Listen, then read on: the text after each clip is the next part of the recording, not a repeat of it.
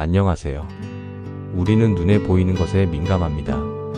누군가 나를 보는지, 사람들이 나를 어떻게 평가하는지, 겉으로 드러난 결과에 얼마나 집중하는지 우리는 잘 알고 있습니다. 하지만 오늘 성경은 우리 삶의 아주 깊고 은밀한 부분, 아무도 보지 않는 그 순간에도 하나님의 시선이 머문다고 말합니다. 하나님은 모든 행위와 모든 은밀한 일을 선악간에 심판하시리라. 이 말씀은 단지 종교적 선언이 아닙니다. 이 말씀은 우리가 살아가는 삶에 대한 근본적인 질문을 던집니다. 지금 이 순간 내가 하고 있는 행동이 옳은가? 누가 보지 않아도 내가 선택한 길은 떳떳한가? 하나님이라는 이름을 빼고 보더라도 이 말씀은 우리 모두의 양심에 울림을 줍니다. 모든 것은 결국 드러난다는 것, 그리고 그 결과는 우리의 삶으로 돌아온다는 것입니다. 어느 마을에 한 목수가 있었습니다. 그는 평생 성실하게 집을 지어왔지만 나이가 들면서 은퇴를 결심하게 되었습니다. 마지막으로 한 채만 더 지어달라는 요청에 그는 마지못해 수락했고 평소보다 마음을 덜 쏟고 저렴한 자재로 대충 마무리한 후 일을 끝냈습니다. 그런데 그날 그 집을 의뢰한 사람이 그에게 열쇠를 주며 말했습니다. 당신의 마지막 일에 대한 감사의 표시로 이 집은 당신 것입니다. 그 순간 그는 자기가 살 집을 그렇게 정성 없이 지었다는 사실에 말문이 막혔습니다. 이 이야기는 단순한 우화가 아닙니다. 우리는 매일 인생이라는 집을 짓고 있습니다. 사람들이 보든 안 보든 지금 쌓아 올리는 선택 하나하나가 결국 우리가 살아가야 할 삶의 모양이 됩니다.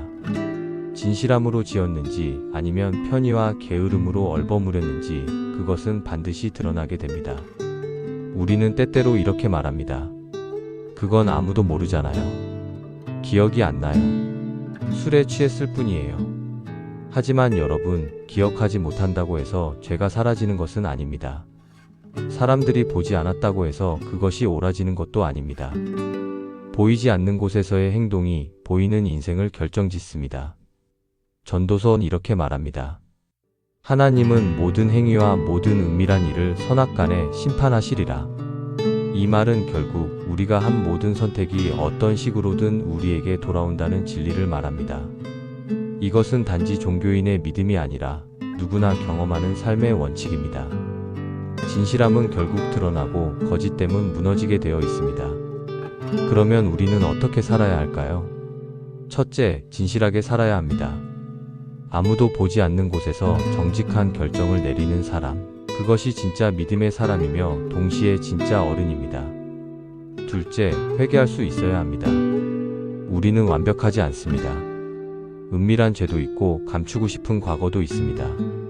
그러나 하나님 앞에 나아가 그 죄를 인정하고 용서를 구하면 하나님은 그 죄를 기억하지 않으시고 덮어주십니다. 그리고 세상도 용서를 선택할 때 변화의 가능성을 품게 됩니다. 셋째, 삶을 기록하며 살아야 합니다.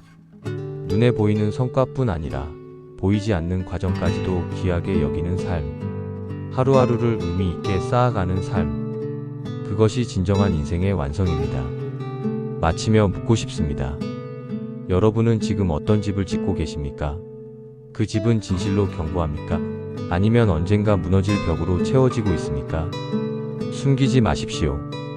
은밀한 죄일수록 내어놓으십시오. 그분은 완전한 공의로 심판하시되 회개하는 자에게는 넘치는 은혜로 용서하십니다. 그리고 그 원칙은 하나님을 믿든 믿지 않든 우리 삶에 그대로 적용됩니다.